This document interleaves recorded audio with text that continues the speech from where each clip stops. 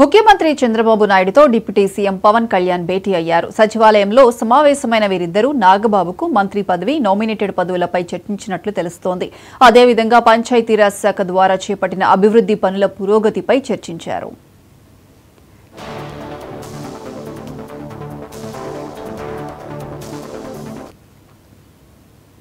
భూములు ఇవ్వని రైతులను అరెస్ట్ చేసి థర్డ్ డిగ్రీ ప్రయోగించారని మాజీ మంత్రి కేటీఆర్ మండిపడ్డారు.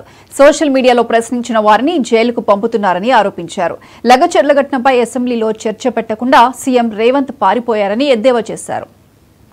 రాష్ట్రంలో ఉన్నది అరాచక ప్రభుత్వమని ఆగ్రహం వ్యక్తం చేశారు. రైతుల పక్షాన కేసీఆర్ ఉన్నారని, బీఆర్ఎస్ వాణి తరపున పోరాటం చేస్తుందని ఆయన స్పష్టం చేశారు.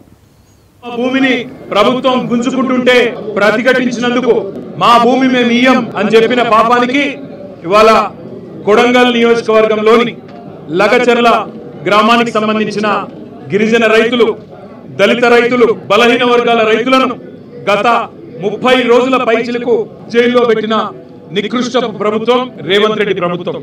ఎంత అప్రజాస్వామికంగా అంటే తమ భూములు తాము ఇవ్వము అంటే వారి మీద కేసులు పెట్టడమే కాకుండా వారిని థర్డ్ డిగ్రీ టార్చర్ కూడా పోలీస్ కస్టడీలో గురి చేసినారు. అక్కడ ఉండే ఎస్పీ గారికి వీడియో కాల్ చేసి వాళ్ళని కొడుతుంటే ఆయన అక్కడ తిరుపతి రెడ్డి గారు, ఎస్పీ గారు చూసి ఆనందించేలాగా కరెంట్ షాకులు పెట్టి థర్డ్ డిగ్రీ టార్చర్ చేసి వాళ్ళని హింస పెట్టింది రేవంత్ రెడ్డి ప్రభుత్వం.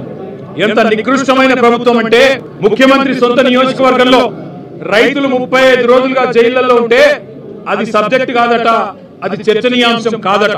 నీ నియోజకవర్గంలో నిన్ను ఓటేసి గెలిపించిన ప్రజలు, నిన్ను ఓటేసి ముఖ్యమంత్రిని చేసిన ప్రజలు జైళ్లలో ఉంటే సిగ్గు లేకుండా పర్యాటక శాఖకు సంబంధించి నేనేదో చేస్తాను, పాలసీ పెడతానంటూ ముందుకు వస్తున్నావే, సిగ్గుందా అని అడుగుతా ఉన్నా. మేము శాసనసభ వేదికగా ముఖ్యమంత్రిని ఒకటే అడుగుతున్నాం, నీ అయ్య జాగీరా తెలంగాణ, నీ అయ్య జాగీరా కొడంగల్, భూమి ఇయ్యా, నా సొంత భూమి నేను ఇయ్యా అంటే జైల్లో పెట్టేందుకు ఎవరు నువ్వు?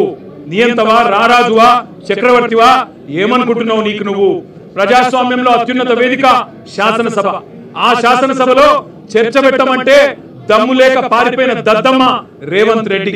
అందుకే నేను అంటా ఉన్నా, నువ్వు ఏ ప్రయత్నాలు చేసినా, ఎన్ని కుయుక్తులు పన్నినా ఆ రైతుల తరపున కొట్లాడుతూనే ఉంటాం. ఈ రోజు ఒక రూపంలో వచ్చినాం, రేపు ఇంకో రూపంలో వస్తాం. తప్పకుండా నేను ఎంటగడతాం.